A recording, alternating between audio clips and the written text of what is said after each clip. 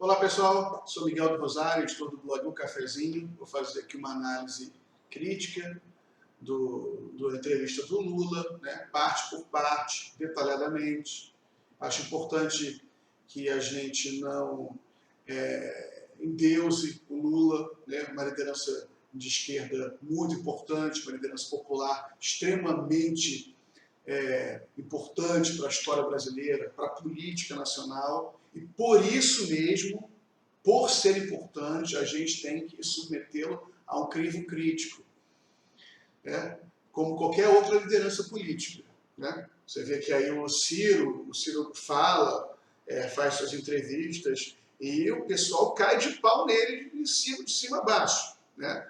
Cai de pau, os sites fazem críticas, escrevem textos. Agora, com o Lula, o fato de ele estar preso coloca ele a gente não pode deixar que ele fique dentro de uma redoma também intocável, por causa que ele está dando entrevista, entendeu? Então ele está participando da vida política do país, então a gente tem que fazer a crítica a ele. E sobretudo porque tem uma diferença de outras lideranças políticas. Tem uma liderança do Boulos, do Haddad, do Ciro, que diferentemente desses aí, o Lula governou o Brasil.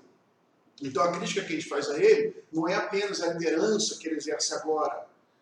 É uma crítica que a gente faz à interpretação que ele dá ao seu tempo como presidente da República e como a pessoa que chancelou a Dilma Rousseff, né? Então a crítica também tem esse sentido, eu diria, sobretudo esse sentido, né? De fazer uma crítica aos erros cometidos pelo PT, e que erros esses que são óbvios, né?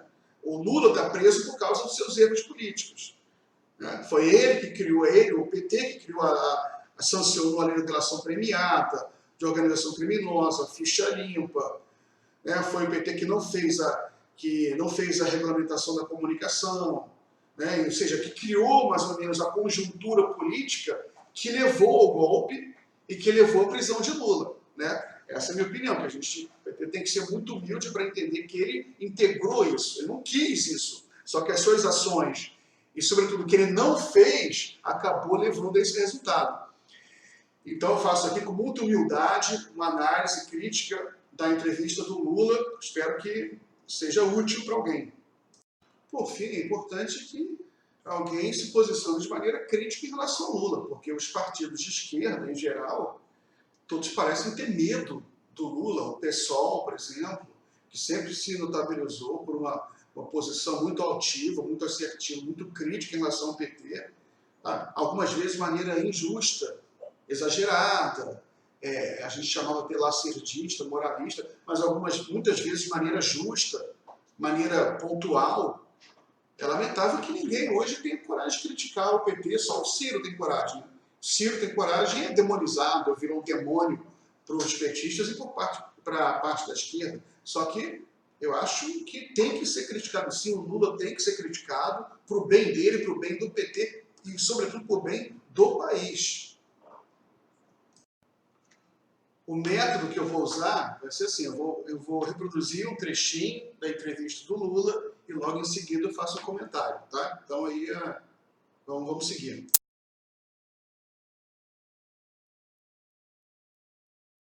É importante lembrar que em 2013 a Dilma tinha quase que 75% de preferência eleitoral nesse país. A aprovação da Dilma era de 75%. Em 2015. Hein? Peraí, deixa eu falar, querida. Depois do que aconteceu a partir de 2013, que eu acho que nem a imprensa avaliou direito, nem a esquerda, nem os cientistas políticos avaliaram direito, o que foi 2013, o que foi a Primavera Árabe? Aquela loucura. Eu fiquei muito feliz quando derrubaram o Mubarak. Fiquei muito feliz, porque eu conheci ele bem. E o Obama tinha acabado de ir lá fazer um discurso, o grande discurso do Egito. Bem, aí derruba o Mubarak, elege o Morsi. Em 3 meses derrubaram o Morsi. Quem que está governando? Uma junta militar. E não tem mais manifestação na rua. Nenhuma mais. A Líbia, invadir a Líbia quando o que eu vou dizer aqui é pecado, mas eu vou dizer. Porque se eu não dizer, vocês não vão entender. O Gaddafi, por que fazer o que fizeram com o Gaddafi? O Gaddafi, eu achava ele muito parecido com o Calbi Peixoto. Ele tinha feito um implante de cabelo, ele estava com cabeludo, muito cabelo, ele utilizava muita base no rosto, sabe? Aquelas mantas bonitas que ele usava, aqueles panos de seda branco, tudo cheio de base aqui, sabe?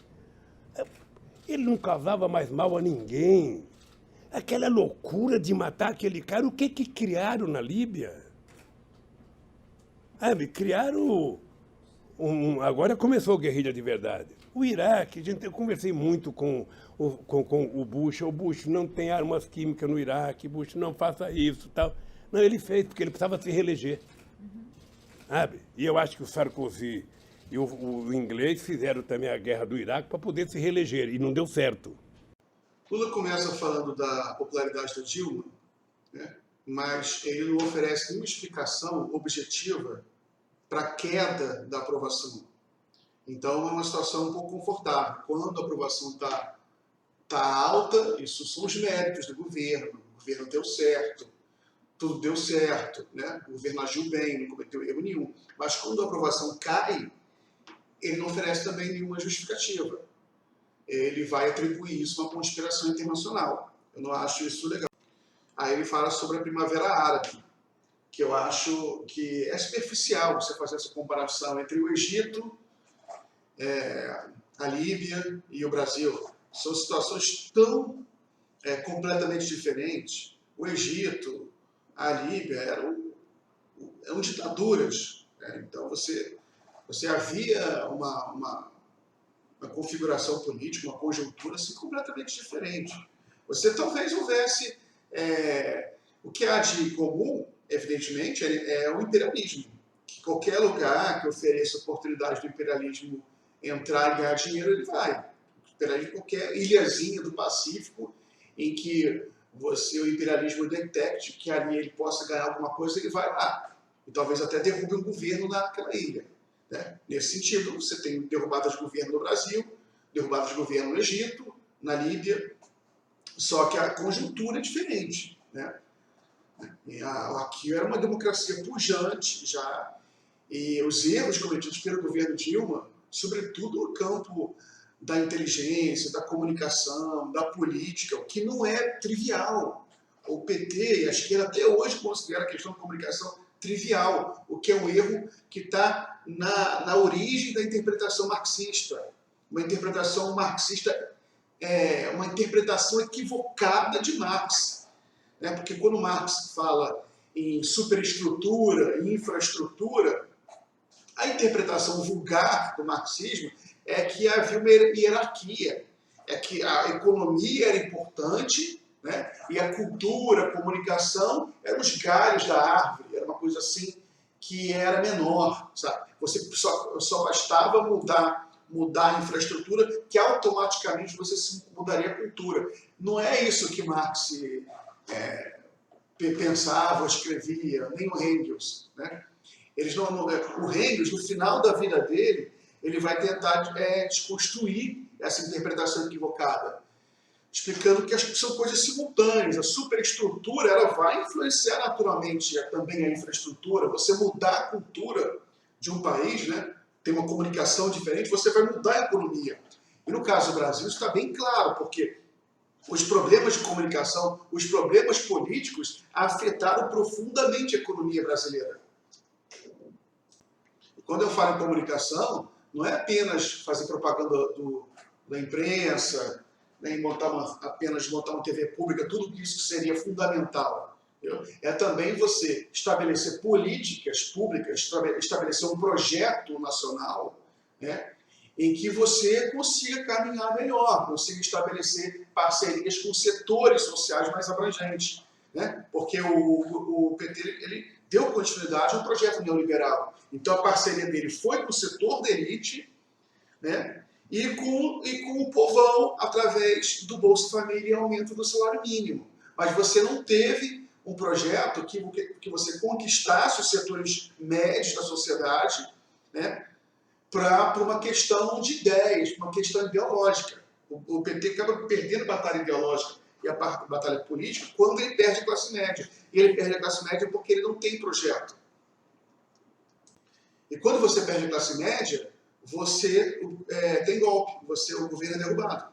E isso sim acontece em qualquer lugar do mundo, né? Que você tem que ter os estratos médios. Uma razão óbvia, os estratos médios eles formam um corpo de funcionários públicos, os juízes, procuradores, a polícia, tudo isso forma um estrato médio da população.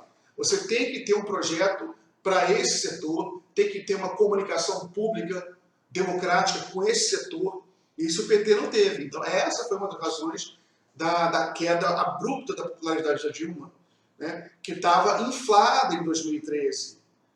O Lula fala, tinha 75%, isso na realidade o que é provável, né, em vez de ter essa explicação, isso mostra que o PT acredita demais em pesquisa, sabe? Não é verdade. O que você tinha era uma aprovação inflada, né, inflada em 2013, devia ser menor na realidade, só que aquilo estava escondido nas profundezas, né, tinha uma aprovação era bem menor, né? E depois, quando cai muito, também cai exageradamente. Ali também, tanto que a Dilma cresce no final de 2013, a aprovação dela cresce, e tanto que ela ganha as eleições de 2014. Só que ela ganha as eleições e não muda nada. Não muda nada da comunicação, não muda nada da política, não muda nada do projeto nacional. E ela ganhou a eleição prometendo mudar, né? Muda mais. Mas não mudou. O projeto continuou o mesmo, o projeto neoliberal, que foi acentuado, inclusive, com o Levi, né? E eu queria saber que recado que o senhor pegou dessa derrota. Quer dizer, dá pra gente culpar a Globo, dá pra gente culpar esse, aquele, mas também tem a responsabilidade do próprio PT, do senhor, porque vocês ficaram muito tempo no poder, houve corrupção de fato, muitas coisas foram comprovadas. Que autocrítica que o senhor faz, a famosa autocrítica? Não, mas sério, se depois de todo esse tempo a gente pode ter do senhor alguma avaliação dos erros do PT e de como o PT agora, sem o senhor, pelo menos durante um tempo, vai para frente? Ou se continua hegemônico, Mônica, nesse campo de centro-esquerda? O PT, obviamente que nós reconhecemos que perdemos as eleições. Nós perdemos as eleições. Agora é importante lembrar a força do PT. Porque só eu, pessoalmente, tenho mais de 80 capas de revista contra mim. Quando eu fui preso, eu tinha 80 horas de Jornal Nacional contra mim. Mais 80 horas da Record, mais 80 horas do SBT, mais 80 horas da Bandeirantes, mais 80 horas de um monte de coisa. E eles não conseguiram me destruir. Isso significa que o PT tem uma força muito grande. O PT não foi destruído, o PT perdeu uma eleição. Mas o PT provou que é o único partido que existe nesse país enquanto partido político. Quando você falar de partido político no Brasil, você lembra do PT. O resto é sigla de interesses eleitorais em momentos certos. Quem acabou foi o PSDB. Esse acabou. Esse foi dizimado. Então, veja. Essa, para mim, é a pior resposta do Lula nessa entrevista. Você vê que ele ri quando a repórter menciona a expressão autocrítica, né? O que demonstra aí o patos do PT, que a gente já notou nos debates, que não se pode usar a expressão autocrítica, que você já tem por parte do PT, dos petistas, uma reação muito hostil, muito agressiva. No caso do Lula, que não é uma pessoa agressiva, é uma risada sarcástica, né? Que é uma forma de agressão. Você vê que a repórter ela se sente levemente ofendida, né? Apesar de ser muito amiga do Lula, né? Fala, não, é sério, Lula. Ele ri, o que eu acho bizarro, porque, afinal, o Lula está preso, né? E se ele está preso, e se ele considera a prisão injusta, né? Como eu considero também, é porque ele cometeu erros políticos. Erros políticos são os mais variados. Inclusive, mais tarde na entrevista, ele vai falar aí que tem orgulho dos instrumentos contra a corrupção criados pelo PT, o que é incoerente, porque foram instrumentos de exceção, foram soluções mal feitas, que prejudicaram muito o Brasil, além da ficha limpa, além da delação premiada, além de organização criminosa, que foram mal escritas, sabe, mal debatidas, foram enxertadas de maneira muito artificial no Código Penal brasileiro.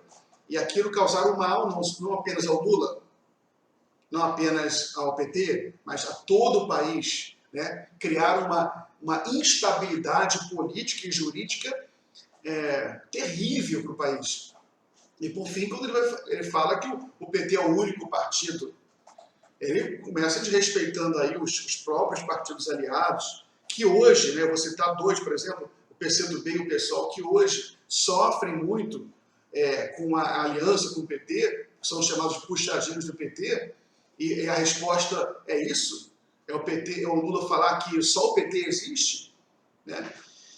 E outros partidos também que sempre ajudaram o PT, sempre ajudaram a construir o PT. O PT não foi construído sozinho, o PT governou com outros partidos de esquerda. O PDT, por exemplo, apoiou o PT nesses governos todos. Inclusive o PPS, até o PPS apoiou o governo, o Lula em 2002. Os partidos de oposição também, de certa forma, ajudaram o PT a governar, alguns partidos. No final, o Lula fala no PSDB, né? O PSDB foi destruído. Não, primeiramente não é verdade. O PSDB, por exemplo, qual foi a votação que o PSDB teve em São Paulo para o governo do Estado e o do PT? O PT tinha um candidato, Luiz Marinho. Qual a votação do Luiz Marinho? E qual a votação do Dória? Né? Como é que o PSDB é destruído? Se ele resiste ao principal, se ele governa o principal colégio eleitoral do país, São Paulo. Se ele governa o município de São Paulo. Se ele tem mais prefeito do que o PT. Tem mais vereador do que o PT. Tem menos deputado, caiu muito o número de deputados, só que é uma grande bancada, terceira, quarta bancada do Congresso Nacional, tem senadores, está aí no governo Bolsonaro, tem ministros de Estado. Como é que o PSDB acabou? Não é verdade, isso aí é uma avaliação presunçosa do Lula. O PSDB não acabou. E mesmo que você fizesse uma avaliação, o PSDB foi muito ferido, muito abatido pelo processo eleitoral, isso aí se deu às custas da ascensão da extrema-direita. Ou seja, lamentável, era melhor que o PSDB não tivesse sido tão ferido, né? Mas que o PSL, que é um partido cujos quadros têm uma qualidade muito inferior dos quadros tucanos, era melhor que o PSDB tivesse tido mais sucesso nesse processo aí. Então, a avaliação política do Lula é muito egoísta do ponto de vista partidário, eu acho, sabe? E não faz também uma leitura de conjuntura muito generosa com nenhum dos seus companheiros, nem com os seus adversários. Florestan, economia não tem mágica. 50% dos problemas econômicos de um país são resolvidos quando quem está governando tem credibilidade interna e externa. As pessoas que levantam de manhã para trabalhar, ou as pessoas que estão lá fora pensando em fazer qualquer coisa no Brasil, as pessoas têm que saber se quem está falando por aquele país tem seriedade, tem credibilidade. Se essa pessoa tiver credibilidade, e se essa pessoa estiver falando com seriedade, as pessoas passam a acreditar. Sabe? Por isso é que eu, quando tomei posse em 2003, eu gastei parte da gordura política que eu tinha para fazer coisas que o PT não queria que eu fizesse. Eu aumentei o superávit primário para 3,45. Isso na esquerda do PT era para me matar. Tá? E o que nós fizemos? Nós, em 3 anos, resolvemos a casa, colocamos em ordem. É importante lembrar que, em 2004, zombaram muito de mim quando eu disse o espetáculo do crescimento. Em 2004, a economia cresceu 5,8%. Tá? Eu disse isso num comício dentro da Ford. E depois a economia começou a andar. Mais devagar, mas ela foi andando. Então, eu queria conquistar a credibilidade. Eu tive muito apoio lá fora. Eu tive muito apoio do Gordon Brown, muita confiança. Sou agradecido ao Chirac, sou agradecido ao Bush, sou agradecido ao Schroeder, depois a Angela Merkel, sou agradecido ao Rungitao, sou agradecido ao primeiro-ministro Singh da Índia, sou agradecido essas pessoas todas depositaram muita confiança, muita confiança. Eu posso pegar o depoimento de um presidente como o Lago do Chile. O Lago, depois de 2 anos de governo, falou assim para mim: Lula, eu sinceramente quero te pedir desculpas, porque quando você ganhou, eu achei que ia ser um desastre. e você deu um show de bola. Bem, a crítica que eu faço a esse trecho aí da entrevista do Lula, primeiro que uma certa mania de ficar só se auto-elogiando o tempo inteiro, isso aí não acho que é um bom exemplo assim, para a política, né? Ele vai falar, por exemplo, que ele fez superávit 3,45% e que a esquerda do PT quase matou ele. Não, mas a questão é que você vê que no entendimento do Lula, o importante é a credibilidade, né? Que ele vai começar a fala assim, né? Que 50% é credibilidade interna e externa. Ora, é evidente a credibilidade é fundamental para o governante. Só que a gente tem que entender o que é credibilidade. Credibilidade hoje, na narrativa neoliberal, é você se comportar como um bom moço dos mercados. Você fazer superávit, né? Fazer carta aos brasileiros. Ou seja, em suma, fazer um governo neoliberal.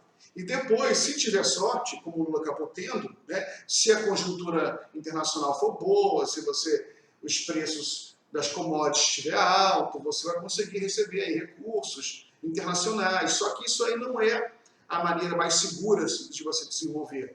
Não é. A maneira mais segura é você, sim, ter uma política fiscal severa, dura, mas justamente para você não depender da credibilidade internacional. Porque essa credibilidade internacional, isso não vale nada. Está cheio de presidente aí, é cheio de credibilidade internacional, o Macri, aquele cara do México no passado, e que não adianta nada para a população dos países. Ou seja, esse papo aí de credibilidade interna e externa, isso aí é balela do Lula. O que o país precisa, de fato, é um governo sério que não precise de credibilidade internacional, né? Tem que ter uma política fiscal muito séria, justamente para você não depender da mídia internacional e você poder crescer com os seus próprios recursos, né?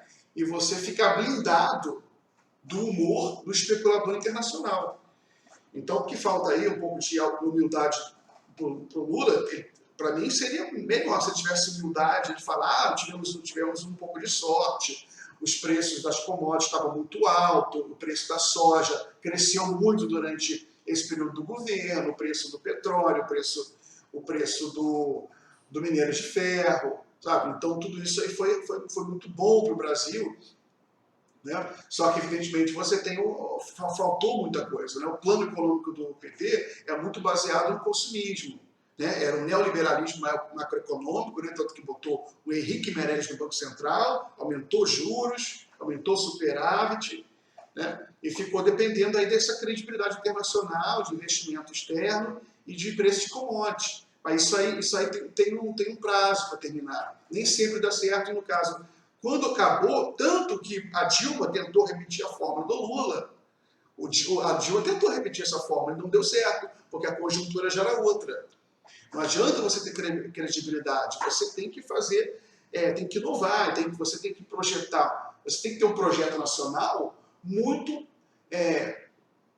próprio, muito criativo, muito adaptado às circunstâncias, às necessidades, aos talentos, às vocações do país. Isso aí faltou ao governo Lula, faltou investimento na indústria, você tinha que sofisticar mais, não houve nenhum debate sobre isso, um debate sobre como é que a gente vai industrializar o país, vamos mudar o nosso modelo de transporte público, em vez de ficar só em carro, sabe, que isso aí não vai levar a lugar nenhum, ficar dependendo de caminhão. Vamos mudar, botar um sistema nacional de ferrovias para transporte de passageiro, né? Que aí a gente vai criar novos focos industriais. Não teve nada assim estrutural do ponto de vista do país, né? O modelo continuou o mesmo. Então, essa é a crítica que a gente pode fazer nesse trecho aí da entrevista. Quando o ministro Barroso fez aquela loucura, sabe, que eu tive que assinar uma carta dizendo para o Haddad ser o candidato, ali eu senti que nós estaríamos correndo risco, porque a transferência de voto não é uma coisa simples, não é uma coisa automática. É uma coisa que leva tempo e eu também tinha certeza que o Haddad poderia representar muito bem a candidatura, como ele representou muito bem a candidatura. Sabe? Nós tivemos uma eleição atípica no Brasil, vamos ser francos.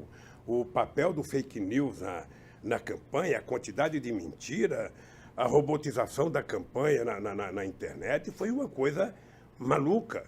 E depois a falta de sensibilidade, sabe, dos setores de esquerda não se unir, sabe? A coisa foi tão maluca que a Marina, que quase é presidenta da República em 2014, teve 1% dos votos. Sabe? A coisa é tão maluca, sabe, que muita gente, e eu respeito o voto do povo não é bom só quem vota em mim, eu respeito o voto do povo, qualquer que seja o voto do povo, tal. Mas a verdade é que o povo votou, sabe? Eu nunca tinha visto o povo, eu não pude nem votar. Então, conto um voto a menos para o Haddad, que foi o meu que eu não pude dar. Eu nunca tinha visto o povo com tanto ódio nas ruas. Bem, esse trecho aí é a prova de que o Lula ele não tinha noção nenhuma política no processo eleitoral. O PT não deveria ter permitido que ele fosse candidato. Ele estava rodeado de puxa-saco, de advogados puxa-sacos pagos pelo PT, que falavam que o Lula e o que o PT queria ouvir. Ou seja, tudo que o Lula queria ouvir. Né? Quando ele fala que não tinha nenhum jurista, nenhum advogado que dissesse que ele seria impedido de concorrer, ninguém que aconselhasse ele, que era uma loucura você concorrer sub júdice, um processo a presidente da República, sabe? Você concorrer sub júdice dessa maneira, condenado, numa lei que você mesmo sancionou, sabe? É muita falta de noção. E depois ele falar que ele tinha muito orgulho de ser eleito dentro da cadeia. Orgulho? Como é que a pessoa pode ter orgulho desse tipo de coisa, de ser eleito dentro da cadeia? É evidente que isso aí é errado, que, sabe, que não vai dar certo, que as instituições, você vai estressar as instituições, sabe, correr um risco muito grande para o país, inclusive de golpe militar. Né? É muita falta de responsabilidade do Lula. Isso aí mostra, de fato, essa entrevista mostra que o Lula ele não foi responsável durante o processo eleitoral. E esse endeusamento, esse sebastianismo do Lula, também é muito negativo. Ele não foi responsável. Isso não é a fala de uma pessoa responsável politicamente, uma pessoa realmente comprometida com o interesse nacional, com o interesse popular. Porque falar que eu tinha muito orgulho de ser eleito dentro da cadeia. Por que orgulho? Sabe? Aliás, ele repete o termo orgulho várias vezes no texto. Né? Então, lamentável isso, Lula. Posso te dizer uma coisa carinhosa? Primeiro, eu acredito que a esquerda brasileira ela está acumulando um conjunto de pessoas muito importante. Né? Vamos pegar o PT. O PT, apesar de algumas pessoas não gostarem do PT, o PT é um partido muito forte. Aliás, eu posso dizer que é o único partido efetivamente organizado em todos os estados brasileiros, com cabeça, tronco e membro. Tá? Você tem, sabe, o Ciro Gomes, que é uma figura importante no Brasil. Você tem o Flávio Dino, que é uma figura importante no Brasil. Você tem alguns governadores importantes do PT na Bahia, em Sergipe, no Ceará e a Fátima no Rio Grande do Norte. Você tem alguns governadores importantes do PSB. Você tem uma novidade política no Brasil que não teve um bom desempenho eleitoral, mas um menino que vai crescer muito, que é o companheiro Boulos.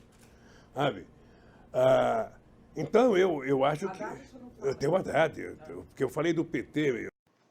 Esse aí é um pouco divertido, né? O Lula começa falando, posso dizer uma coisa carinhosa? Na realidade, é um pouco contrário disso, né? O Lula, ele se irrita quando ele fala de outras lideranças políticas. Então, ele, para disfarçar, ele fala carinhoso. Por que carinhoso? Qual o sentido? Né? Ele vai usar novamente uma expressão, essa expressão, se eu não me engano, carinhoso, em outra oportunidade, né? Aí ele fala do PT, novamente de maneira egoísta, dizendo que é o único partido efetivamente organizado em todos os estados, que não é verdade. O PCdoB é pequenininho, mas está organizado em todos os estados. O PDT é menor que o PT, mas também está organizado. E o PT, por exemplo, eu moro no Rio de Janeiro. O PT aqui, o que tem de organizado no PT aqui no Rio de Janeiro? Não tem nada organizado, não tem debate nenhum, não tem nada. Então, é injusto. Né? Enfim, aí a primeira liderança que ele fala é o Ciro Gomes. Né? Ciro Gomes, liderança muito importante. Né? Isso é bom para os petistas também respeitarem o Ciro Gomes. Né? O próprio Lula mandou. Eu respeito muito o Ciro Gomes, gosto muito do Ciro Gomes, né? Embora pareça muito falso isso. Ele vai falar em outra oportunidade que eu vou comentar aqui também. Aí ele menciona o Flávio Dino, né? E o Boulos. Aí isso é a parte engraçada, porque aí a Mônica Berger, não, e o Haddad, não vai falar do Haddad. Não, tem o Haddad também. Né? Não, mas eu já tinha falado do PT, mas... Enfim, por enquanto só isso, porque tem outro trecho que ele vai falar aí de liderança política, eu vou comentar mais. Deixa eu dizer uma coisa pessoal. Eu pessoalmente gosto do Ciro Gomes. Tenho respeito pelo Ciro Gomes. O Ciro Gomes, ele não causa mal ao PT, ele causa mal a ele. Tá? O Ciro Gomes precisa aprender uma lição elementar. É aprender a ouvir coisas que você não gosta. É suportar os contrários. É aprender a conviver na diversidade. Sabe? Ele precisa aprender essa lição mínima. Quando ele foi governador do Ceará, ele não precisava disso. Quando ele foi prefeito de Fortaleza, não precisava disso. Mas agora, para ser presidente do Brasil, ele precisa. E ninguém será presidente do Brasil se romper com o PT, com o PCdoB, ou seja, pela direita. Não sei se a direita aceitaria ele. Como eu gosto do Ciro, sabe?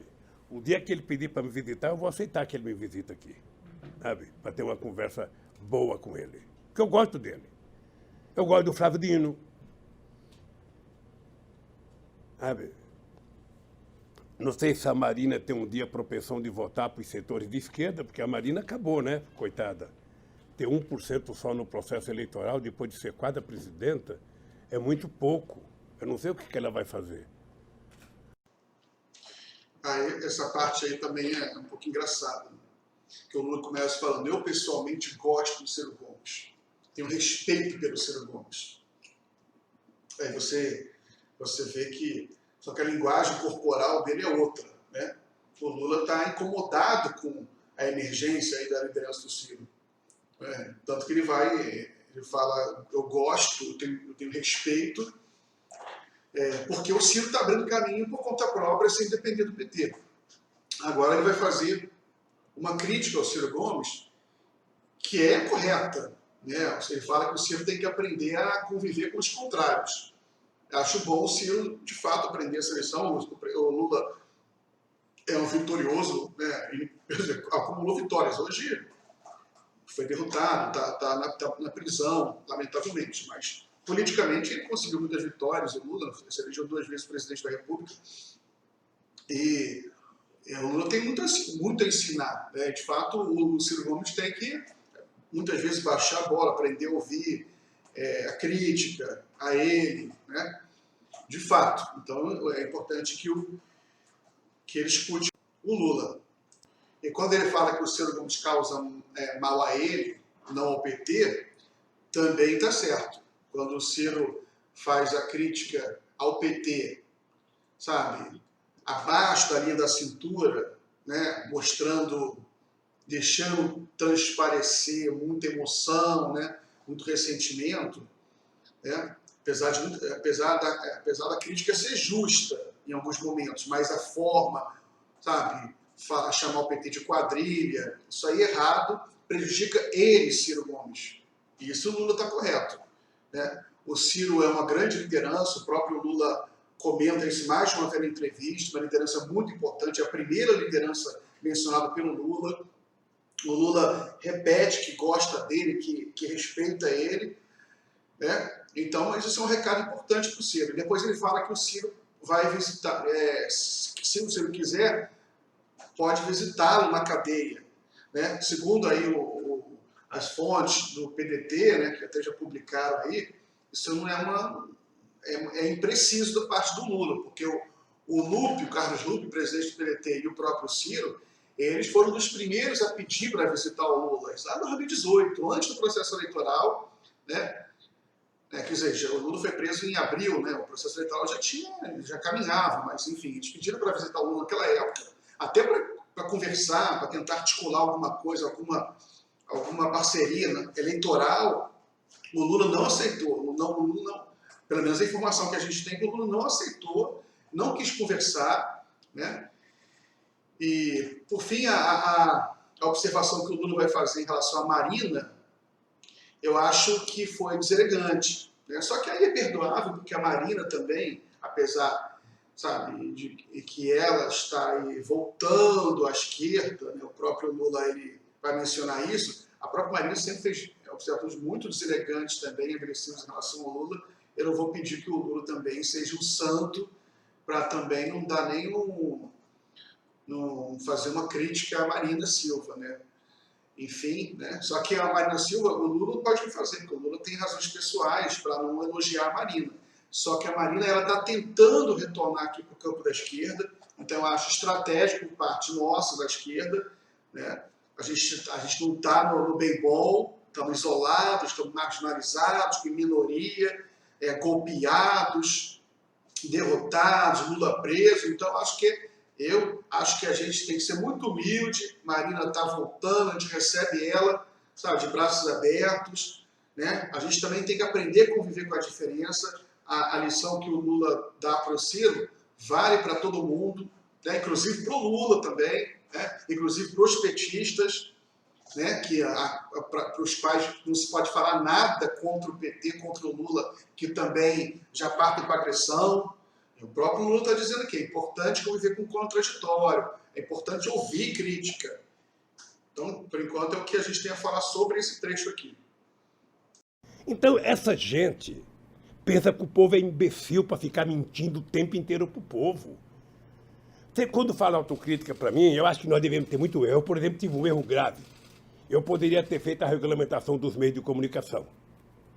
Nós fizemos um congresso em 2009, aprovamos um congresso, só participou a Bandeirante e uma outra rede TV, se não me falha a memória, sabe? Participou, nenhuma outra televisão participou muitas rádios, e nós preparamos em junho de 2010 uma regulamentação do meio de comunicação. Ao invés de dar entrada no congresso, porque ia ter eleição, eu falei, não, vamos deixar para o novo governo. E deixei para o novo governo. A razão pela qual a Dilma ou o Paulo Berardo não entrou, eu não sei. Mas essa é uma autocrítica que eu faço. Uma autocrítica que eu faço. Agora, pergunto o seguinte, imagina se todo mundo nesse Brasil fizesse uma autocrítica. A elite brasileira deveria estar agora fazendo autocrítica. Puxa vida, como é que a gente ganhou tanto dinheiro no governo do Lula? Como é que o povo pobre vivia tão bem? Como é que o povo pobre estava viajando para o Piauí, para Sergipe, para Garanhuns de avião, e agora nem de ônibus pode viajar? Sabe? Vamos fazer uma autocrítica por causa do que aconteceu em 2018 na eleição. Vamos fazer uma autocrítica geral nesse país. O que não pode é esse país estar governando por esse bando de maluco que governa o país. Esse trecho aí, né, em que no final ele fala que a gente é governado por um bando de maluco, né, que virou a grande manchete internacional da entrevista, né? Mas é um trecho em que ele faz uma autocrítica, né? É a única autocrítica que o Lula faz, é que eles não fizeram a regulamentação dos meios de comunicação. Só que a maneira como o Lula faz essa autocrítica praticamente não vale nada, né? Porque ele trata o tema como se a regulamentação dos meios de comunicação fosse uma pequena vingança pessoal do PT, que o PT não fez contra os meios de comunicação. Ele vai falar no começo que você tem muita mentira contra o povo, né? A reforma da Previdência, você tem um discurso único na mídia em favor da reforma da Previdência. Só que a questão, Lula, é o seguinte, que o próprio Lula ele vai fazer essa autocrítica, ele vai jogar para a Dilma, né, em a grande parte, que vai falar que ele fez um congresso de comunicação. Esse congresso aí que o Lula fez foi no final de 2010, final do mandato dele. Sabe? E fizeram lá um projeto de lei, mandaram no finalzinho do mandato, mandaram para o Congresso, mais para fugir, mais para fazer um discurso para a esquerda. Mas a questão é que a regulamentação dos meios de comunicação ela é um erro que é a partir do próprio nome. Regulamentação, que é um nome feio, que é um nome que não tem apelo popular. Não houve um trabalho de inteligência, de pesquisa, para saber como você oxigenar o sistema nacional de comunicação, sabe? Para isso você começar com um debate, você tinha que fazer com política, né? O próprio Lula nunca chegou ali para falar de comunicação, a democracia nos meios de comunicação, pluralidade. A maneira de abordar o problema sempre foi completamente equivocada. Sempre foi assim, momentos de crise política muito grande. Algum cara do PT mandava essa, o próprio Lula mandava essa, que regulamentação dos meios de comunicação. Sempre tratou esse tema, sabe, como uma vingança do governo contra a mídia de oposição. É justamente disso que a gente queria correr. A gente tentou durante os anos todos, né? Não conseguimos, mas tentamos mostrar a necessidade de uma democratização da mídia, sabe, como uma coisa estrutural para desenvolver a economia brasileira, desenvolver a cultura política brasileira.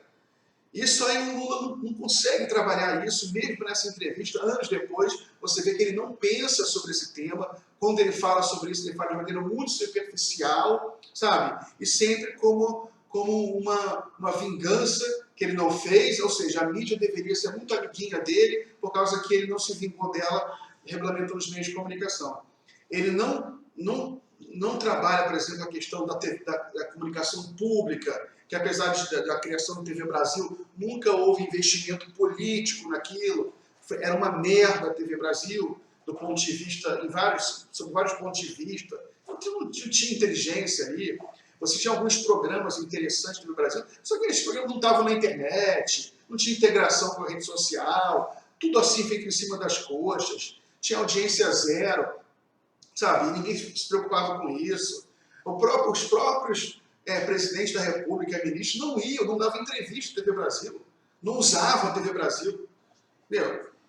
Enfim, essa questão dos meios de comunicação, é importante que o Lula faça essa autocrítica, que o PT faça autocrítica, só que se tenha fazer uma autocrítica decente, né? Decente. Você vê tanto que o PT, o Lula fala muito que o PT é um partido organizado, mas o PT tem governo do Estado que não trabalha a questão da comunicação de maneira democrática, sabe? Trabalha sempre meio que na base da cooptação, né? De anunciar aqui, anunciar lá, mas não tem por que o governo da Bahia não faz um seminário sobre a comunicação democrática, sabe? Inclusive, tem que mudar, na minha opinião, esses slogans, regulamentação da mídia, o nome que o povo não entende. Usa outras linguagens, faz aliança com o pessoal do esporte, do futebol, que está muito insatisfeito com a concentração da mídia. Faz um debate com o pessoal do cinema, sabe? Está muito insatisfeito, fica todo mundo amarrado na Globo. Inclusive, quando você vai falar de regulamentação da comunicação, você tem que fazer a crítica também à Ancine, Agência Nacional de Cinema, que também aí era controlada por gente do PT e do PCdoB, sabe? E o dinheiro só ia acabar na Globo. Não teve um trabalho de formação de público, não teve um trabalho de você aumentar o número de cinemas no Brasil. Chegamos aí no final do governo do PT, mais concentração no público americano do que nunca. Outros países conseguiram desconstruir isso, Índia, Coreia do Sul, Japão, China, França, Alemanha, tem muito cinema local. Aqui não teve trabalho de formação de público no cinema, e essa questão da comunicação nacional, pública e privada é um desastre, de fato, só que o Lula ainda nunca estudou esse tema aí. Então, eu desconfio que se, por exemplo, se o Haddad ganhasse a eleição, não ia fazer nada também. Apesar de que o Haddad, por exemplo, no primeiro turno, ele coloca a democratização dos meios de comunicação no programa. Até veio o pessoal falar comigo aí, pô, Miguel, você devia apoiar o Haddad no primeiro turno, porque se você fosse um cara coerente com suas ideias, você apoiava o Haddad, porque só o Haddad está falando de democratização dos meios de comunicação. Pois bem, no segundo turno ele tirou esse item, sabe? Não, ou seja, o PT ele encara esse item como uma coisinha para a esquerda, como um biscoitinho que ele dá para a esquerda. Sempre encarou. Não encara a questão da comunicação como uma coisa estrutural, sabe? Para inclusive, reduzir os custos de publicidade das empresas, vai levar a cultura política nacional, sabe? Uma coisa básica, ligada também à educação. Isso enquanto a esquerda não pensar a questão da comunicação, um sistema nacional de comunicação de uma maneira integrada com o projeto nacional, isso não vai para frente. Entendeu? Tem que fazer seminários, mostrar que a comunicação em outros países desenvolvidos, sempre foi diferente, sempre foi mais democrática e ainda é. Então, por enquanto, é só isso. E motivado para brigar. Estou doido para fazer uma caravana. Tem um grupo de pessoas militantes, que estão aí na porta, que dizem bom dia, boa tarde, boa noite para o senhor todos os dias. O senhor escuta esse grito de boa noite, boa tarde, bom dia? Como é que é para o senhor? Não, eu escuto todo santo dia, bom dia, boa tarde, boa noite. Quando tem atividade, que eles colocam um carro de som um pouquinho melhor, eu escuto o discurso das 9 horas da manhã às 9 horas da noite, ou seja, música, canta, tudo. Sabe, eu, sinceramente, não sei como um dia eu vou poder agradecer essa gente. Tem gente que está aqui exatamente desde o dia que eu cheguei aqui. Vai para casa, às vezes, lava roupa e volta para cá. Então, eu serei eternamente grato. Não sei se isso já aconteceu alguma vez na história com alguém, sabe? Mas eu sinceramente, não sei como fazer para agradecer. Eu já disse para todo mundo aqui, certamente a polícia tem suas regras, o meu pessoal tem suas regras, mas quando eu sair daqui, eu quero sair daqui a pé e quero ir lá no meio deles.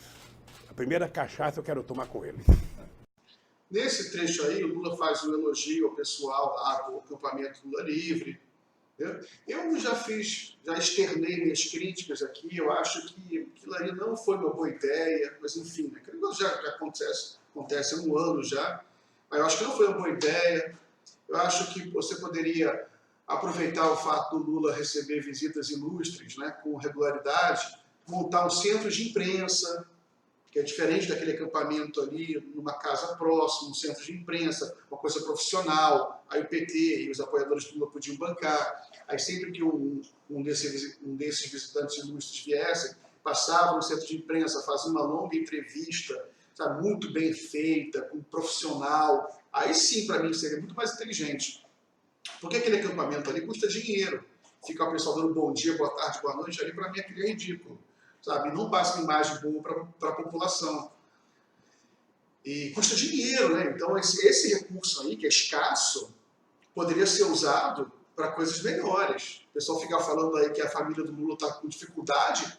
Porra, se a família está com dificuldade, então por que está gastando dinheiro com aquele Lula livre lá? Era muito mais inteligente esse dinheiro estar ajudando a família do Lula a não ficar em dificuldade financeira, né? E do ponto de vista político, seria muito mais útil você usar os recursos para você imprimir, publicar revistas, publicar uma revista jurídica e política. Justiça política poderia ser o nome da revista. Aí você podia ter tradução de textos internacionais, publicar as entrevistas, inclusive com as visitas que fossem lá, né, fosse visitar o Lula, artigos sobre direito, sobre direito e política. Aí, de vez em quando, você publicava um livro, fazia um lançamento do livro, organizava um debate. Mas não só essa coisa, só com gente do PT, chamava gente de todos os partidos, gente assim, sem partido, conservadores, liberais, para discutir a questão do direito no Brasil. Assim, você ia oxigenar muito a questão do debate sobre a liberdade do Lula. Não ia ficar só nessa coisa ultrapetista que eles transformaram, sabe? E que eles mesmo se auto-isolaram. Qualquer um que não siga a manualzinho, a cartilha do Lula livre, do petista, está fora do grupinho. Não pode nem falar Lula. Aí eles mesmo isolaram o Lula, na minha opinião. Eles mesmo isolaram o Lula. Não, todo mundo que não está no grupo, não está nessa panelinha, eles xingam. Sabe? Criou-se essa cultura em volta do Lula. Quem não está no grupinho, quem não deusa o Lula, sabe? Eu já entrevistei o Lula 2 vezes, pô, acho o Lula um grande cara, tem várias críticas ao Lula, e sobretudo recente, eu acho que ele não atravessou legal esse processo da prisão aí. E aí o pessoal fica, sabe, promovendo linchamento, preconceito político, todo preconceito político com que a direita tratou o petista esses anos todos, eles começam a tratar, sabe, a esquerda que tem alguma crítica, que tenta ser independente do PT e do Lula, sabe, começa a tratar com o mesmo preconceito, você fala isso por causa daquilo. Então isso, que eu acho que o processo ali em volta do Lula, nesse acampamento, né, que manifestamente nesse acampamento, é muito negativo. O próprio Lula, ele trata isso como se ele fosse realmente um caudilho, né? Ele vai lá tomar cachaça depois com o pessoal, mais tarde. Para que isso? Para que deixar... Para mim seria muito mais democrático e generoso. O Lula fala, gente, desmonta esse acampamento aí. Eu estou bem aqui, eu estou lendo, eu estou vendo um filme, desmonta. Vai para casa trabalhar, né? Vamos fazer de outra maneira. Né? Vamos montar um centro de imprensa aqui do lado. E quando chegar, a gente faz uma festa. Quando eu for solto, faz uma festa aqui em Curitiba, em alguns lugares. Não sei se vocês ficarem me esperando um ano aí na rua, não. Entendeu? Então, isso que eu acho que o Lula devia fazer, né? O que aquele acampamento hoje representa, né? Para mim, cultiva essa imagem personalista e sebastianista em volta do Lula. E não é positivo nem para o PT, nem para o Lula, nem para a esquerda, nem para o país. Mas eu penso que a esquerda pode construir um grande projeto para o Brasil e pode voltar ao poder. Sem o PT na hegemonia, né? Veja, o PT, isso eu defendo. Por que o PT, de vez em quando, aparece como hegemônico? Você acha que um partido que tem 30% de voto vai começar abrindo mão da sua candidatura? Não vai. Como eu acho que o PT já teve presidente 4 vezes, eu acho que em algum momento o PT pode escolher um companheiro de outro partido político e ser candidato a presidente. Sabe? O PT pode participar do governo, o PT pode ter vice, o PT, sabe? Eu acho que tudo é possível. O que você precisa é não exigir que o PT abra mão sem apresentar uma proposta alternativa. Se você tem 10%, eu tenho 30%, e você acha, bom, mas no segundo turno eu sou melhor do que você, no segundo turno eu sou melhor do que você, ou se você é melhor do que eu, por que você não ganha no primeiro turno?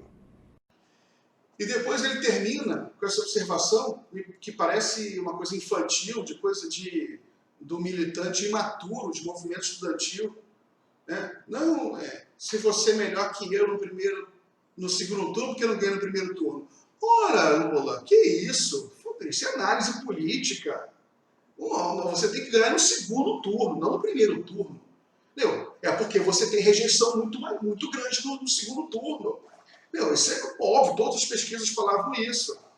Então, isso aí esse é o argumento de um militante político barato que a gente vê no Twitter. Né? Ah, não, se era melhor no segundo turno porque não ganha no primeiro. Entendeu? Preciso explicar isso? Preciso explicar, falar sobre rejeição, falar sobre política eleitoral, Lula, com você. Então é lamentável isso. Esse trecho aí mostra mais uma vez o egoísmo partidário do Lula e, para mim, a falta de visão política do que está acontecendo no país. Né? Ele ri de maneira sarcástica. Você acha que o partido tem 30% do voto, vai abdicar? Isso aí, o voto não é do PT. O voto não pertence ao PT. Você pode dizer que o PT ele construiu um eleitorado, né?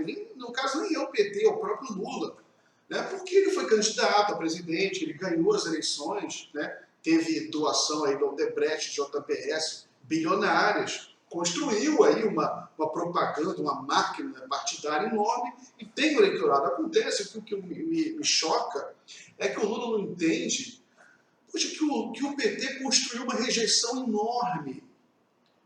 E que ele está preso, tem muitas lideranças presas, e que você tem uma mobilização muito grande da sociedade, tinha, para que o PT não voltasse ao poder. E outra coisa é que o PT ele ganhou outras eleições porque ele formou enormes coligações partidárias com companheiros, com partidos de centro. E uma coligação partidária, isso que o Jacques Wagner tentava botar juízo na cabeça de alguns petistas. Uma coligação partidária, ela pressupõe em que em algum momento você tem uma alternância de poder na coligação. Como é que se você... O PT, por exemplo, ficou isolado na eleição, nessa eleição agora, 2018. Se o PT apoiasse o Ciro, né, por exemplo, o PDT, que foi companheiro do PT durante outras eleições, o PDT construiria uma coligação ampla. O PDT tinha condição, nessa eleição, de construir, de receber o apoio do PSB, não a neutralidade, o apoio do PSB no primeiro turno, conseguia pegar o Centrão quase apoiou o PDT agora, por exemplo.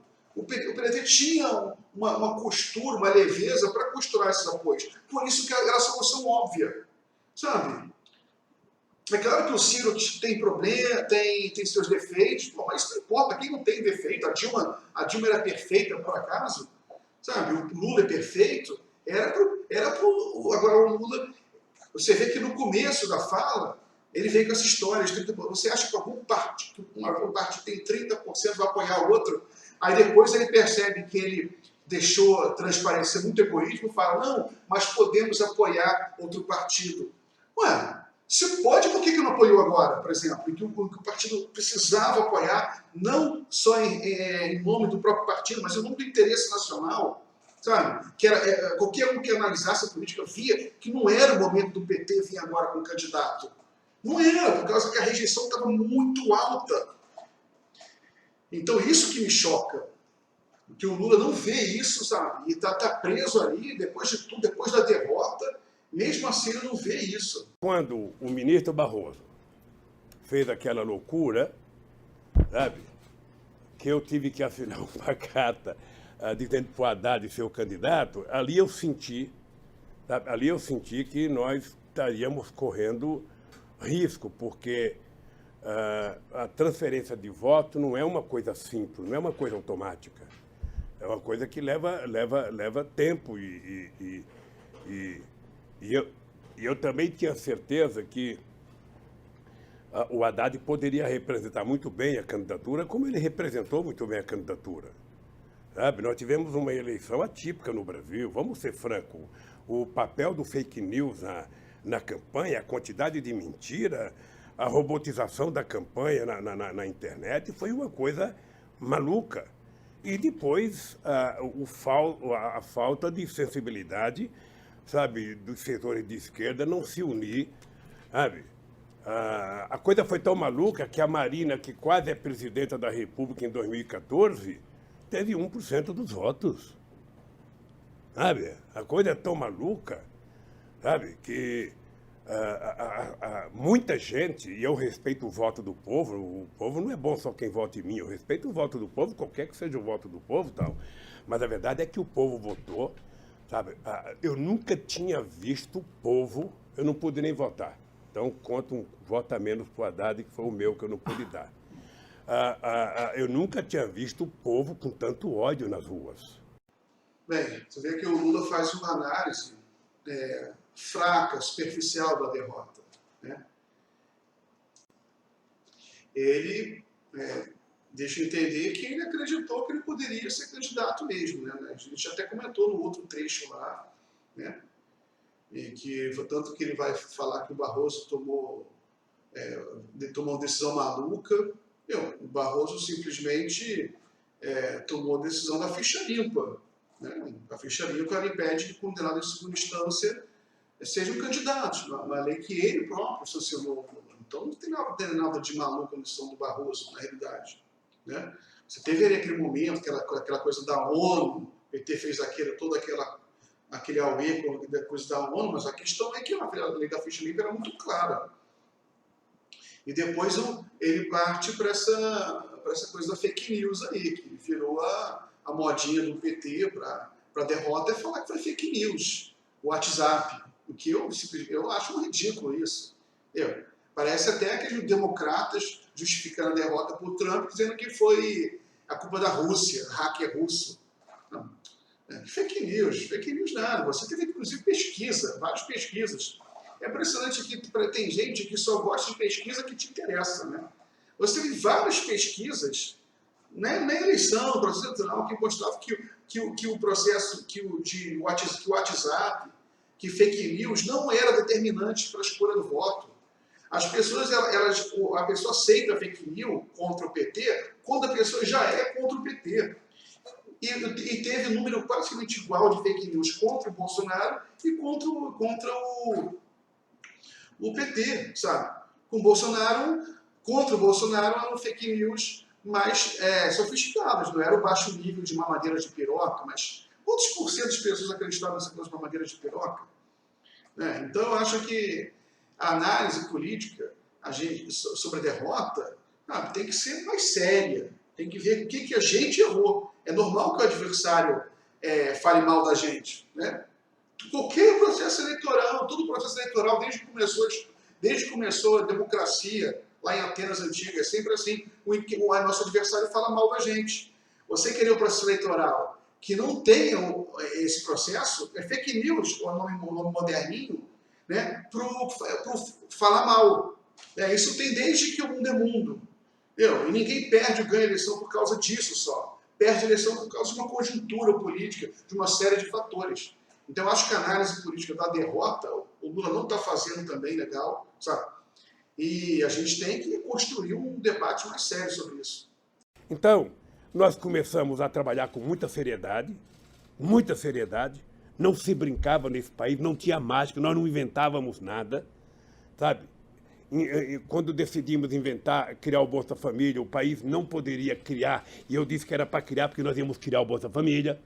Eu tinha certeza que nós tínhamos que vencer aquela batalha dos economistas. Quem tem que distribuir primeiro para crescer, ou tem que crescer para distribuir. Essa era a briga. Nós vamos crescer e distribuir juntos. Sabe? Vamos fazer junto. Sabe? O cidadão vai comprar 2 pães a mais, vai tomar 2 cafés a mais, vai comer um pedacinho de carne a mais. O orgulho que eu tinha quando o cidadão na televisão pegava a televisão e falava, olha, hoje eu comi filé. Hoje eu comi picanha. Isso é possível fazer no Brasil de hoje, é possível a gente construir no Brasil. E isso tem que gerar emprego, tem que gerar renda, tem que aumentar salário. Tudo isso tem que fazer. Sabe? O crédito consignado tem que voltar com certo equilíbrio, você não pode emprestar dinheiro no crédito consignado. Sabe? A 30% ao mês, a 40% ao mês, você tem que emprestar a um juro muito pequeno para o povo poder pagar. Então, eu não esqueço nunca quando nós fizemos aquela propaganda com o Ronaldão, que ele tinha quebrado o joelho na Inter de Milão, e a imprensa brasileira dizia que tinha acabado a carreira dele, ele não vai jogar mais bola, acabou o Ronaldão todo, e ele treina e se recupera. Aí nós colocamos aquela propaganda dizendo, eu sou brasileiro e não desisto nunca. Aquela foi uma coisa extraordinária. Aí começou a vir empresa para cá. Ô, gente, a gente produzia 1.700.000 automóveis. Quando eu deixei o governo, a gente estava produzindo 4 milhões. Sabe? Era muita coisa que estava acontecendo nesse país. Eu acho muito sintomático esse trecho aí, porque o Lula, você vê que ele repete aí, né? A gente não inventava nada. Né? Justamente esse foi o erro do PT, não inventar nada. Você querer ser um bom moço. Você fazer somente aquilo que o mercado aceitava que fosse feito. Né? Essa obsessão pela credibilidade internacional que nunca adiantou nada. O país se desenvolveu na era Lula não por causa de credibilidade internacional, mas porque o governo fez algumas coisas boas. Só que tinha que ter mais criatividade. Você vê que o Lula ele não usa o termo indústria, ele parece que ele não vê isso. Ele só fala em consumo. Ele menciona aqui aumentar o crédito consignado. Aumentar o crédito, retomar o crédito consignado. Você está com 60 milhões aí de pessoas inadimplentes. Não adianta nada crédito consignado. Você tem aí uma quantidade de desemprego enorme no país. Você tem que ter um novo modelo econômico. Você vê que o Lula não tem uma resposta ainda. Nem ali preso, podia estar pensando em uma novidade. Mas não tem, é tudo consumo, consumir mais. Ele não pensa que isso. É claro que que é legal você aumentar o nível de consumo do povo brasileiro. Mas isso aí não é sustentável se você não tiver um projeto nacional, uma industrialização, mudar o modelo, sabe? Você tem que criar novas bases industriais para um país como o nosso tamanho, né? Base na área de medicina, que a gente depende da importação de tudo que é remédio, na área da defesa, na área do agronegócio, que a gente importa muita coisa, a gente importa fertilizante, era para fazer aqui, e o governo do PT nunca fez isso. Eles fizeram uma fábrica no final da Petrobras de fertilizante, pequena, sabe? Mas nunca teve um projeto nacional, vamos fazer fertilizantes no país.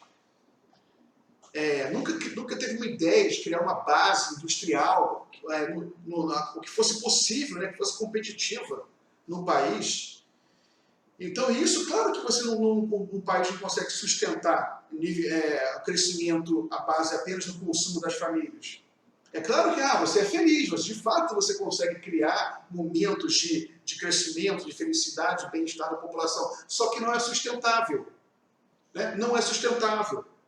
Porque a primeira crise, sabe, e o PT passou para a primeira crise de 2008, sabe? Mas não passou pela segunda já. A primeira já estressou, a Dilma já teve que fazer um montão de desoneração para manter o nível de emprego, mas aí já depois não se sustenta mais, né? A questão, você tem que ter um modelo novo, você tem que ter, por exemplo, uma proposta para a mobilidade urbana. No final, o Lula fala, não, aumentou a produção de carros de 1 milhão para 4 milhões de carros. Beleza, Lula, só que a gente sabe muito bem que a maior parte das peças são importadas. O Brasil exporta carro, muito importante, legal. Só que 80%, 70% do valor é importado também, uma indústria meio vagabunda. Sabe? Você tem que aumentar, você tem que não apenas pensar em exportar carro, você tem que pensar em agregar valor, sabe? Em produzir mais peça, mais tecnologia aqui no país. Sobretudo, a gente tem que sair desse modelo de carro, né? Como é que os governos do PT não pensaram em criar um sistema nacional ferroviário, produzir aqui, colocar metrôs nas cidades, VLTs, ligar as cidades com o trem? A Dilma ficou pensando no trem-bala Rio de São Paulo, recebeu um editorial do Globo, cancelou a ideia. A China veio aqui e ofereceu fazer a ferrovia transoceânica, ligando o Atlântico ao Pacífico, sabe? Para a gente exportar pelo Pacífico, pelo Peru. Não foi adiante, não teve nenhum tipo de debate, sabe? Parece que ninguém ligou para isso, não teve esforço político, não teve investimento político nesse tipo de solução. É tudo sempre assim, aumentar consumo, liberar crédito. Nenhum país vai para frente só emprestando dinheiro para a população. É evidente que o crédito tem que ser democratizado, né? Você tem que limpar o nome das pessoas no SPC, mas você tem que sofisticar a oferta, criar base industrial. Isso é óbvio que o Brasil precisava ter um projeto nesse sentido e o Lula não teve, nem tem agora, né? Como a gente vê aqui por essa entrevista. Então a gente tem que construir, entendeu? Isso aí tem que construir, a gente tem que sentar, construir. A esquerda ela tem que construir um projeto nacional em conjunto aí com outros setores políticos, porque agora não dá mais para fugir disso. Pessoal, encerrando por aqui, obrigado pela atenção, viu? Eu dei minha opinião honesta sobre esses assuntos. Eu não tenho a pretensão de ser o dono da verdade, eu acho só que a gente deve analisar as coisas de uma maneira, sabe, muito criteriosa. O Lula ele tem uma opinião que recebe muita atenção da sociedade, então a gente tem que avaliar ponto por ponto. E repito, sobretudo pelo fato dele ter sido presidente, né? Por isso que as críticas que eu faço ao Lula são diferentes das críticas que eu faço ao Haddad, ao Boulos, ao Ciro, né, ao Flávio Dino. O Lula governou o país. Então, a perspectiva dele, né, quando eu faço a crítica ao Lula, eu faço a crítica, que eu acho que tem que ser feita, aos erros cometidos pelo PT e que a gente tem que rever, né, para a gente ter uma visão crítica, para a gente oferecer um projeto nacional, sabe, que seja maduro, ou seja, que use esses erros para a gente fazer um projeto mais amarrado, mais sólido, com mais chances de dar certo. Tá? Então é isso aí, pessoal. Tem mais uma coisa que eu queria comentar, que é quando o Lula ele fala aí, num determinado trecho, quando ele avalia da derrota, eu acabei esquecendo de comentar, em que ele fala sobre os setores da esquerda que não quiseram se unir. Né? Aí você vê que o Lula faz uma leitura egoísta. Depois de tudo que ele falou sobre o PT é o único partido, eu tinha muito orgulho de ser eleito dentro da cadeia. Depois de todas as coisas que ele falou, ele vem falar que a esquerda não quis se unir. Ora, Lula, a esquerda não quis se unir justamente por causa dessa visão que você tinha, basear um processo eleitoral num país desse tamanho no orgulho. Você tinha muito orgulho de ser eleito dentro da cadeia. É evidente que isso aí criava dificuldades enormes para outras forças se aliarem ao PT. O próprio PCdoB, que sempre foi aliado ferrenho do PT, teve enorme dificuldade de se juntar ao PT dessa vez. Só se juntou no final porque recebeu a vice-presidente e pagou um preço altíssimo para isso, né? Porque a Manuela foi vice do Haddad e acabou ficando de fora do mandato parlamentar, que ela se elegeria como deputada federal, e por sua vez já seria uma grande colaboração para o PCdoB ultrapassar a cláusula de barreira, não precisava ele incorporar o PPL, né? Vai perder 25% do fundo partidário com o PPL, 25% do tempo de televisão, ou seja, o PCdoB quase se deu mal seriamente agora por causa dessa aliança com o PT também. Então o PT acabou prejudicando com a sua estratégia suicida, né, de lançar candidatura com o Lula preso, acabou prejudicando todo o campo progressista. Né? Então, é isso aí. Fica aqui a minha crítica, né, ao Lula, né, que eu respeito, considero aqui que ele está preso justamente, desejo que ele saia rapidamente da prisão para que possa dar entrevistas fora da prisão, para a gente fazer um embate político, fazer nossas críticas, assim, inclusive de frente a frente, né, como eu já fiz algumas vezes, vou lá entrevistar ele, faço minhas perguntas frente a frente com ele, né, para a gente atravessar essa crise aí e chegar em algum lugar. Valeu, pessoal. Até a próxima.